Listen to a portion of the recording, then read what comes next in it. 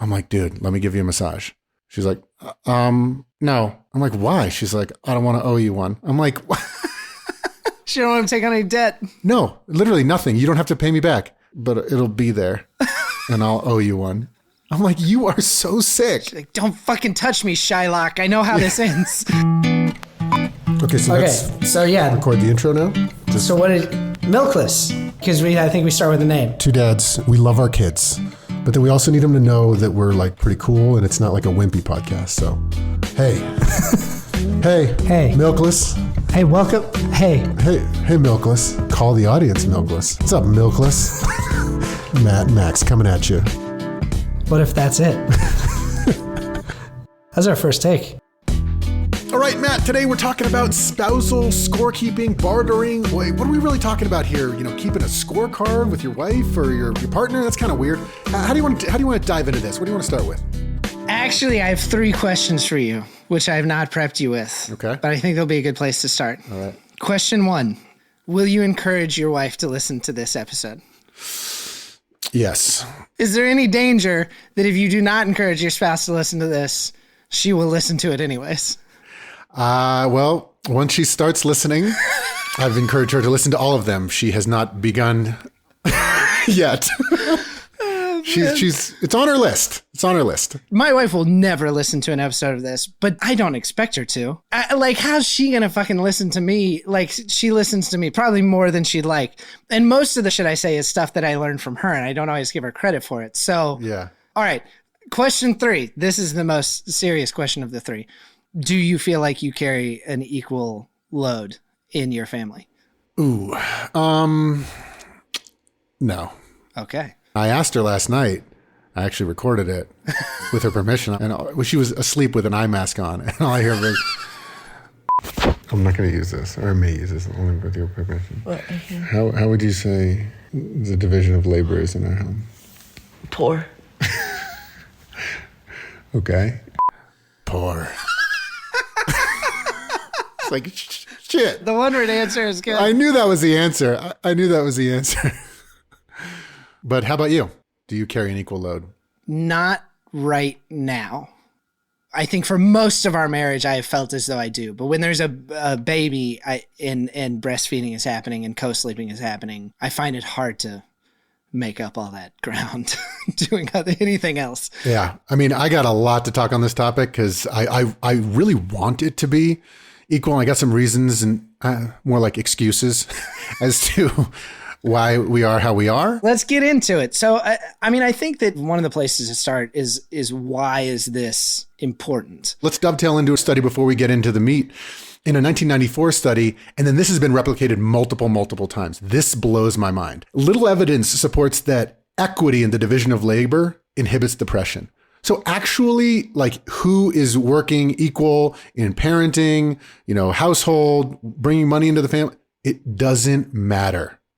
But perceptions of equity are significantly associated with lower levels of depression. So if you think it's equal between you and your partner, you're a happy camper. Even if it's not. Right. Even if it's not. Huh. It's all about your perception.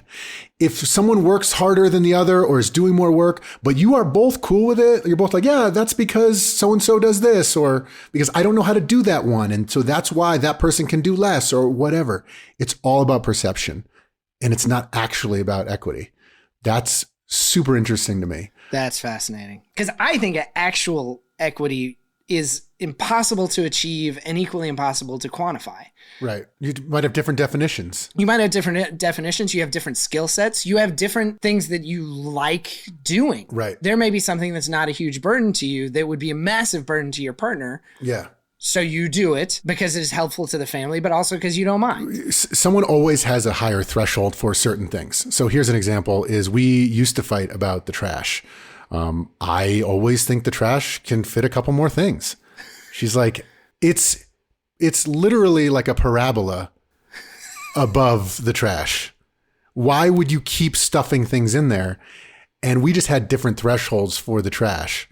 But then there's other times where I've been like, oh, I know that this should probably go out, but I know that she'll take it. That's just like shitty. But we've all kind of been there. The problem with that system is that nobody owned the trash. Right. If you took out the trash every time, then you could fucking stack it to the ceiling. If you own it, the other person doesn't get to say shit. So division of labor is, I think, key in not creating those conflict points about how you do it and, you know, how the load gets shared. Yeah. And apparently there are like checklists that you can find online of just the typical kind of work that is in a household. And it includes like brain space type stuff. So my wife actually, this was before our second child was born. So this was at a time when I felt like we had pretty good parity of work. Mm-hmm. And she went and filled it out for both of us. She didn't tell me about this. To me, this seemed like a horrible idea after she told me about it. Because it's like, yeah, what is this site called, like startafight.biz? Like, what the fuck? Yeah, can you not send me that link? I'll just send it straight to your wife. No, I'm kidding. But she said I filled it out, and she said I was really pleased. It feels like we were carrying an equal amount of the load. I don't think that's held since we've had our second kid. I got to get back to that. But anyways, that was a proud moment for me. 100%. And I think we used to nail this, and I'll explain how we used to nail it and how we've fallen off and why I'm kind of slacking a little bit. So before we had kids, I was very good about communication about this sort of thing. I was very into it. And I really did not like doing laundry. Like, it was one of the things I hated, but I didn't want to have like a 1950s household where my wife did all of my laundry, you know, but I just was like, yo, is there any way you could do all the laundry? Like, what can I do that you don't like? Uh-huh.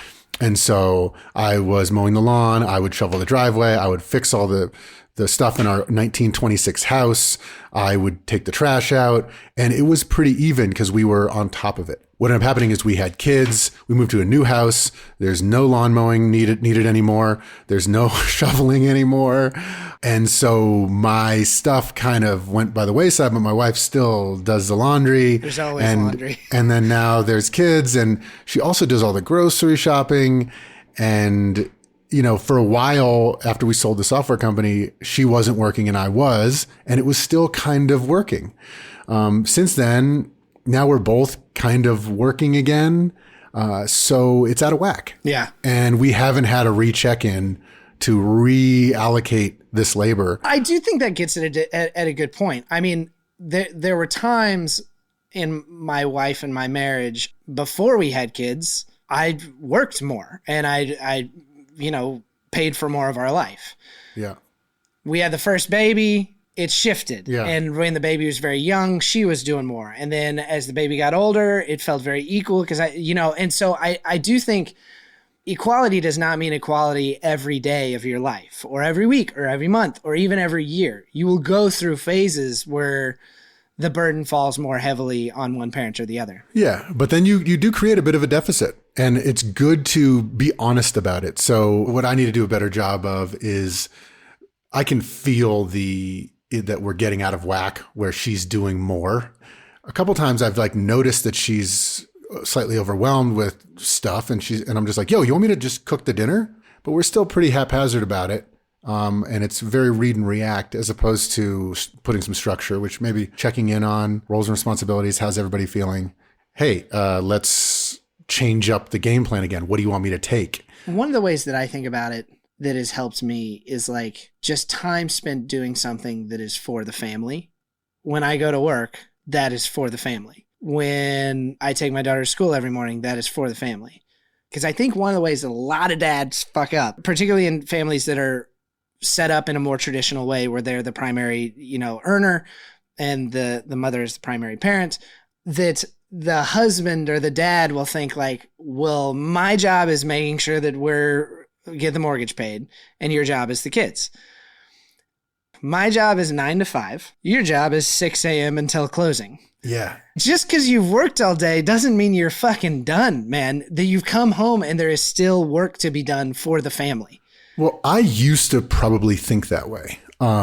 That's like a vacation all day, staying home with kids. Mm-hmm. Until you stay home with a kid by yourself all day with no support. The first time I did it was we had a snow day, and my wife was a nurse in Boston, and I was working at a startup, so I was able to stay home and work from home. So I'm like, yeah, I'll just do a couple calls and watch this kid. She comes home, and I literally throw the baby at her like, I'm done. I'm exhausted. Like, save me. And from that day forward, I realized like, okay, going to work is so much easier than like watching a kid in a good way. Like Yeah. throwing me in front of a TV for 8 hours straight, pretty easy. Yeah. But like Good parenting. actually like good parenting is so exhausting. So then I started realizing, when you get home from work, then you got to share it again. It's until everybody's asleep. Like you're both on the clock. But then even then it's like your thing of cleaning the kitchen. Like you still are kind of like 50-50 and viewing staying at home with the kid as a full-time job. Yeah. Yeah. My wife asked once, and I thought it was a good illustration of this. I must have been talking about how hard my day was or something. She just goes, "Did you get to go to the bathroom all by yourself?" And I was like, "Yes, I did." And she was like, "Well, there you go." That reminds me of the feeling, it's like Friday. And then you're like, and next week's a vacation week, spring break. And you're like, oh shit. There's no childcare for 9 days. Yeah. Let's dig in. Here it comes. Yeah, let's fucking do this. Yeah. God, there was a lot of that during COVID because it would just be like, school's closed tomorrow, surprise. And you're like, oh my God, like, oh, here we go. Let's on a dime figure out tomorrow. Hopefully people talk about the silver linings of COVID, and hopefully one of them is that more dads really got to recognize what it's like to be at home all day with kids. Because it's a lot of on time, a lot of on.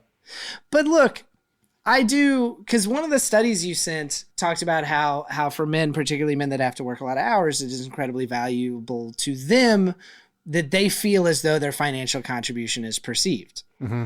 You give up a lot by working, like early in my kid's life, sometimes I would have to leave for so long that when I came back, I had to work to get back to the level of intimacy that we'd had before. Yeah. I left. My wife gets to hold the baby for more naps than I do. And holding the baby for a nap is fucking awesome, dude. That's nice. Kind of do whatever you want. Yeah. But you can't really do anything. So it's just like, just Netflix and hold a baby. So I don't want to make it like, oh, you with the jobs, that's bullshit. Because it's not like that. No. It's all just time spent working for the family for the things that the family needs. Yeah. And so to be honest, like at the beginning, we said, we don't want to keep a scorecard, but you kind of do. And you do keep a scorecard. Yeah. And that's why, here's what's weird is sometimes when I do something out of the ordinary, where I clean the whole house or the whole kitchen, my wife will come home and I'll be like grinning like a fucking idiot. She's like, what? You want me to fucking pat you on the back for cleaning the fucking house? I clean it every fucking day. I'm like, oh shit. She doesn't say it that aggressive. It's a nicer version of that. Yeah. Where I'm doing something I want her to know. It's like, there's a bit of a scorecard. I'll come home from a work trip and I got to make sure that I say like, yeah, man, we're like 14-hour days and like, 13-person crew and like, I'm really just being like, this was hard too. And then she's like, yeah. And then like, this kid was crying. And it's like, we're both angling a little bit for like, mine's worth 10 points, right? It's not like, oh man, I've met this awesome crew and we partied all night. It's like, you kind of can't say that. Like part of my job is sometimes going to a conference or a film festival where they're like, nothing starts before noon and there's a party every night. But that is work. It is work. And I'd rather be home with the kids, but also it's not as hard as what my wife's doing. Cause like, I had to drink till like midnight with these idiots. I was talking to those people that weren't even that interesting. Yeah. And I was so hungover. And my wife's like, you had an adult conversation. Holy shit. This episode is brought to you by Violet Archer in the Case of the Purple Martin. It's a chapter book with illustrations on every page. You can read it to them if they're 5, 6-year-olds, but then as soon as they can read up till 12, 13, it's an insanely good book with plot twists like worthy of an adult's attention. I love this thing. I'm so proud of Matt and Milkless of putting this thing out. So if you want to support Milkless and get an awesome book for your kids, it'd mean a whole lot to us if you bought it. Check the podcast description for the link to Amazon and buy it today. And if you already have it, you can pop back into Amazon and give us an honest review. Thanks. Scorecards are so built into us that this is something like sick that my wife does is I love a back scratch and a back massage. The first 6 months of our courtship, she was scratching my back, give me a back massage every night. Okay, we've been together for almost 20 years now. Literally, I cannot get one. It just doesn't happen. To be fair, no, she will give me one. That's not the story. The story is if she just did something super aggressive, like just started boxing again, she's kind of a big boxer, and she took some time off and started boxing. Her shoulders were wrecked. I'm like, dude, let me give you a massage. She's like, no. I'm like, why? She's like, I don't want to owe you one. I'm like, no, literally nothing. You don't have to pay me back. She's like, but it'll be there and I'll owe you one. I'm like, you are so sick. But that she don't want to be in debt. She don't want to take on any debt. Or she'll even say like, oh, my shoulders, I need a massage. I'm like, oh, yo, right here. I got one. She's like, don't fucking touch me, Shylock. I know how this ends. Yeah. Oh, man.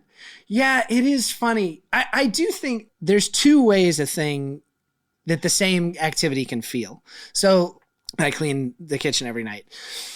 And I kind of get zen about it. I'll put music on the headphones. Sometimes I'll eat a gummy. I'll really pay attention to the strokes on the plate, whatever it is. And when my wife and I are in a good place, I can think of that as the gift that I give every night to her, that she will always wake up to a very clean kitchen. Mm-hmm. Yeah. When we're in a less good place, it is the fucking burden that I am frustrated by. Yeah.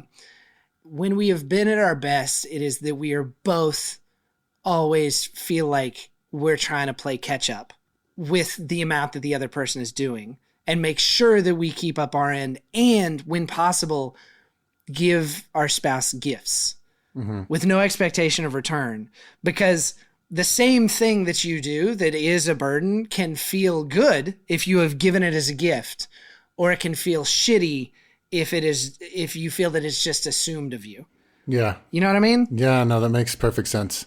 Because I know the exact feeling when you do one thing and it feels great, and then you do it a different way, and it's like, oh man, I just work for you, huh?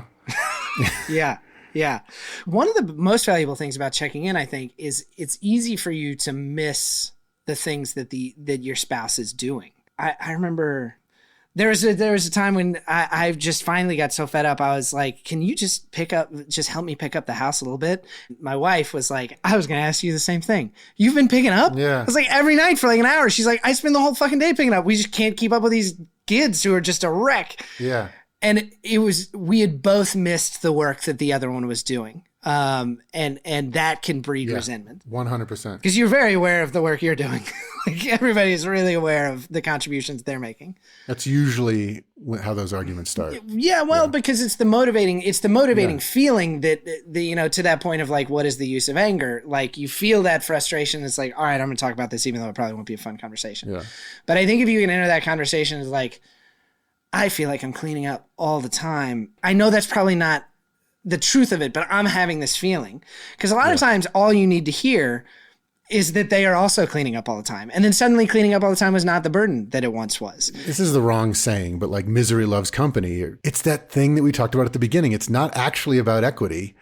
It's about just perception. Oh, they're struggling too? Yeah. Cool. We're awesome. Yes. I thought my wife was happy. Thank God. Oh. Yeah. There's got to be a study out there that's if you're super overwhelmed, the minute you find out your partner's more overwhelmed, you become less. So sometimes the function of that conversation will just be a moment to see the work that the other person is doing that you're not seeing. Yeah. And then sometimes it may be okay, well, this about our life has shifted, so now we're out of balance, so let's figure out what that looks like. Yeah, there's certain things that take an ongoing knowledge, like keeping the schedule going.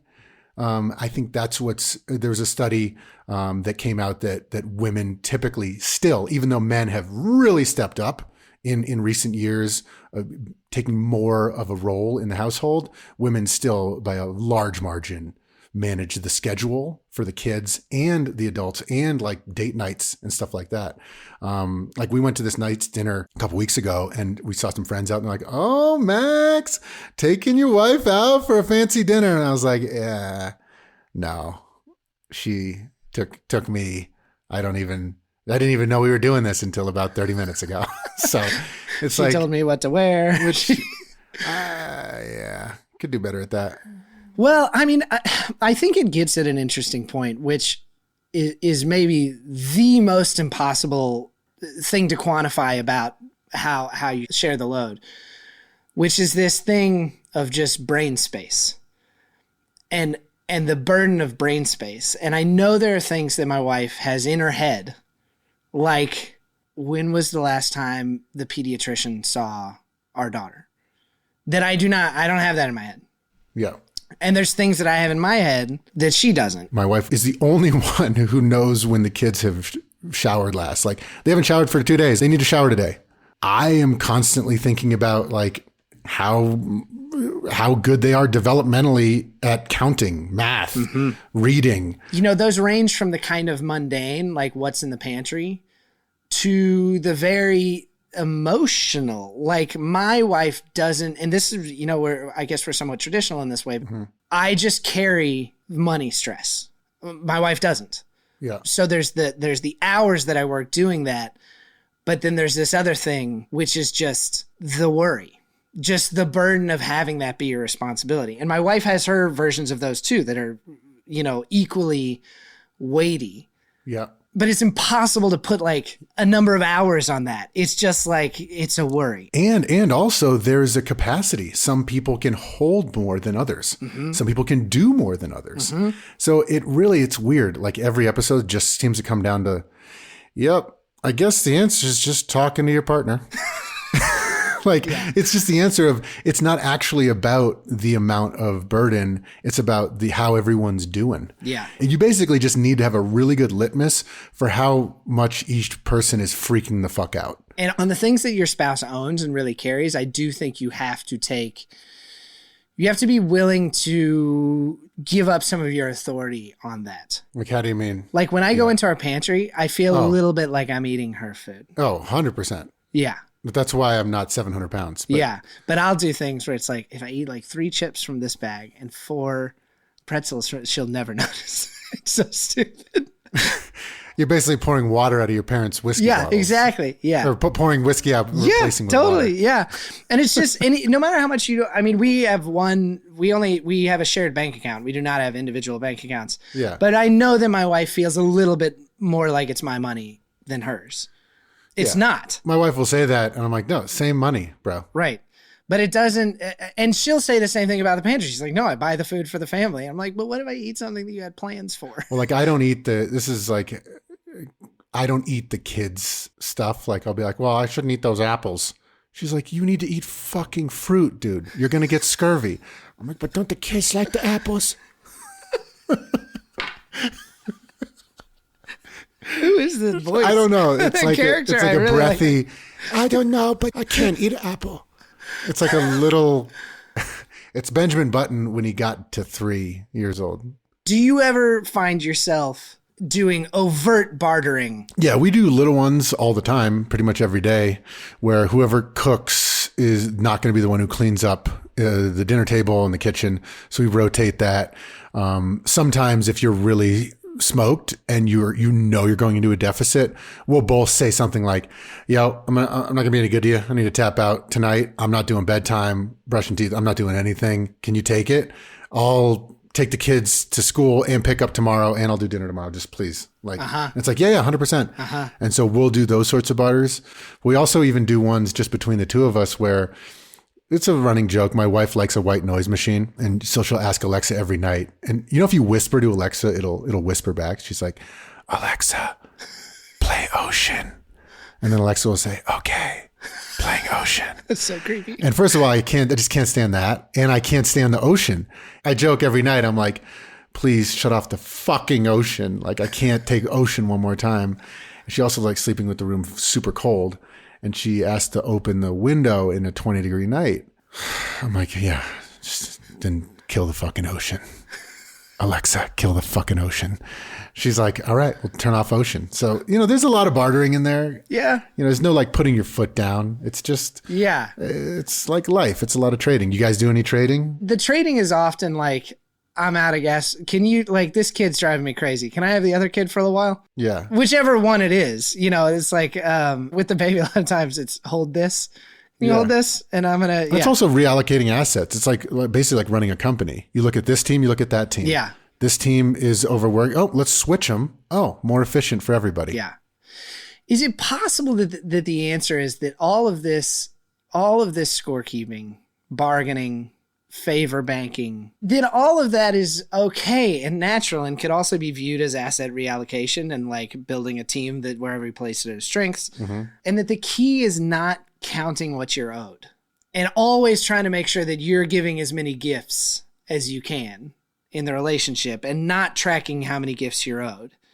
Yeah. Only works if both people are doing it that way.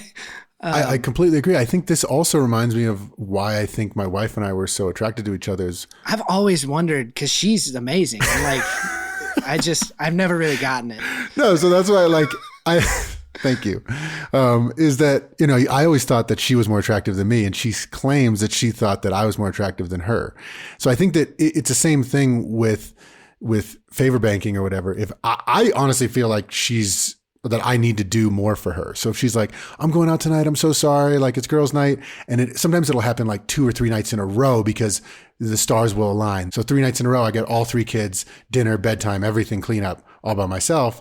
I'm always like, go. But the weird thing is she also does that for me, even though she does probably more. And she feels a deficit, but she's always like, go out with your friends, do this, do that. So I think that as long as both are doing that, and are feeling good, it's a really good situation. Yeah. If you're feeling that you are being overworked, and there's a lot of times, a lot of dads are doing the 80-90% of the work. Yeah, I've seen that dynamic in a marriage before, for sure. Yeah. So it can be either side, the man or the woman or whoever is working too much, feels slighted, feels Probably like not they're doing 50-50, but it does happen. Yeah. No, yeah. I think that you just got to talk about it. And try to get the other person to understand where you're feeling, because there's no point in grinning and bearing it. The resentment just slowly, builds over time. It's insidious. Yeah. I do, one thing you said gave me an idea for a future episode, which is like when your wife tells you that she thinks you're more attractive than she is, like how do you deal with lying in a relationship? Like, how do you,